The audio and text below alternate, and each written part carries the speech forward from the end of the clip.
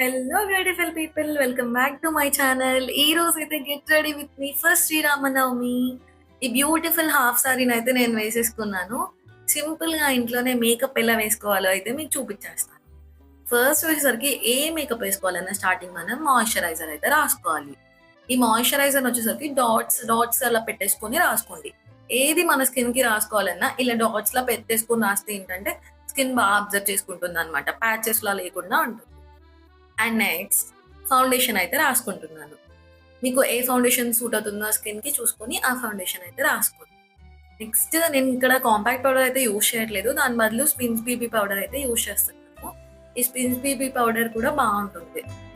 And next మొత్తం base coat మొత్తం అయిపోయిన తర్వాత ఐస్‌లోకి ఎళ్ళాలనమాట.